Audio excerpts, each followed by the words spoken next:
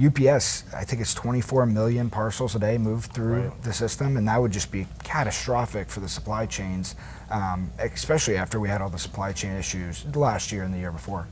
Right, and that could step on some of the good economic news that Biden would be touting in his Bidenomics tour. Absolutely, and Republicans would jump on the opportunity to say, look what's happening, we can't even mail a package anymore. Right. Why isn't there leadership here? Why isn't Biden stepping in and trying to stop the strike, which he can do under federal law?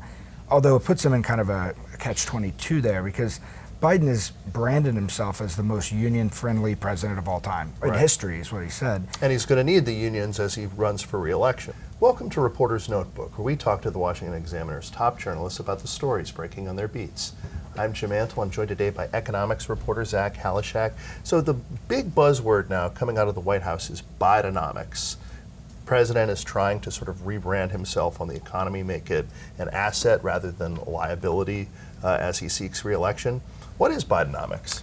Well, first of all, it's an interesting strategy. Bidenomics kind of started out as a pejorative, if you remember, during the high inflation period last year where inflation was clocking in above 9%. People were kind of really trashing the state of the economy because of that. So what Biden has tried to do is to rebrand that into highlighting all the positive aspects of the economy. And there have been some bright spots in the economy. One of those, and perhaps the most obvious, is the labor market.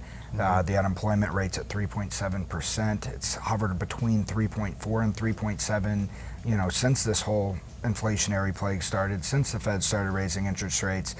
So that's been a good thing for It's been pretty resilient in the face of rising interest rates as they're trying to control inflation. Yeah, it's unusual in that sense too, because for months now, economists, experts who watch the Fed, everyone's been saying, as rates go up, the economy is going to have to take a hit, and it's just really not happening to the extent that we would see it. There are some signs that show the labor market is slowing, but it's just not taking that walloping like we've been expecting. And at the same time, and another bright spot that the administration might want to highlight is that since Biden was sworn into office, most stock indexes have been up. They've been in the green. I think the S&P 500 is over 15%, and since January of 2021, and the Nasdaq's up, although not as much because tech had a big kind of rout last year. But it's recovered a lot the past few months. Overall, those are kind of going to be the big talking points for the administration, trying to rebrand heading into the election, because Biden's approval ratings of the economy, despite those positive aspects, are not good, and he's trying to get those to go back up and highlight some of the good things that are happening in the economy.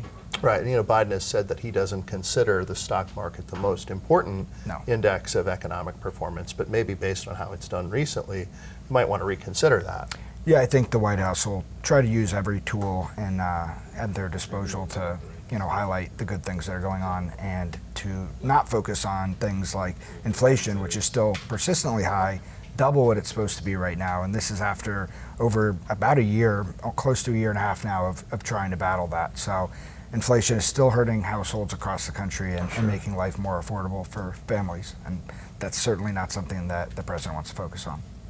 So in another sort of battle that is going to be a part of the economic focus is the UPS strike. How is that going? Are the two sides still far apart? What's sort of the status? Yeah, so it's an interesting situation. It's UPS is the largest union contract for a private employer by far in North America, and so this situation is about a year in the making. We got to back up a little bit. Sean O'Brien, who's the new president of the Teamsters, which is the union representing the UPS employees, ran on the platform of kind of coming in hard to these negotiations and trying to get a very good package for the workers, even if it means threatening strikes, pushing it close to that line, and kind of threatening a slowdown. And so now we're right up to the deadline. On the 31st of July is when that deadline passes and the contracts expire. So both sides need to reach an agreement by then, or the workers have already voted that they'll strike, and it was like a 97% vote. They approved a strike. So if there isn't a deal reached come August 1st, it could be really ugly, because UPS, I think it's 24 million parcels a day move through the system, and that would just be catastrophic for the supply chains, especially after we had all the supply chain issues last year and the year before. Right, and that could step on some of the good economic news that Biden would be touting in his Bidenomics tour. Absolutely, and Republicans would jump on the opportunity to say, look what's happening. We can't even mail a package anymore. Right. Why isn't there leadership here? Why isn't Biden stepping in and trying to stop the strike, which he can do under federal law?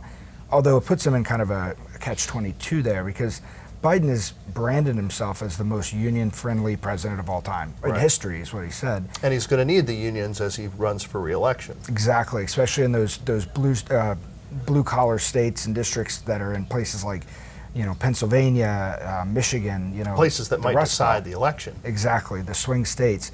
So it's crucial that he keeps and maintains that union support, but if he doesn't step in and we go a week without being able to receive or send packages, and it would just create so much chaos that it could result in further economic pain for people who will say we don't want to vote for this guy. So it's going to be a trade-off for him deciding which one's more important at the time being, and who knows. But again, I don't know if it'll get to that point. I think both parties have a vested interest in not having a strike occur, because obviously, if that happens, all those packages that would be shipped with UPS would have to be picked up by their competitors, and there's no guarantee that business will come back after they switch, and that could mean layoffs for the workers at UPS, and that's certainly something the union president doesn't want to have to tell his members are happening because of him.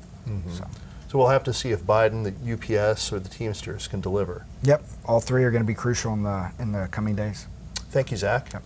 You can read Zach and the rest of our policy team's coverage at washingtonexaminer.com.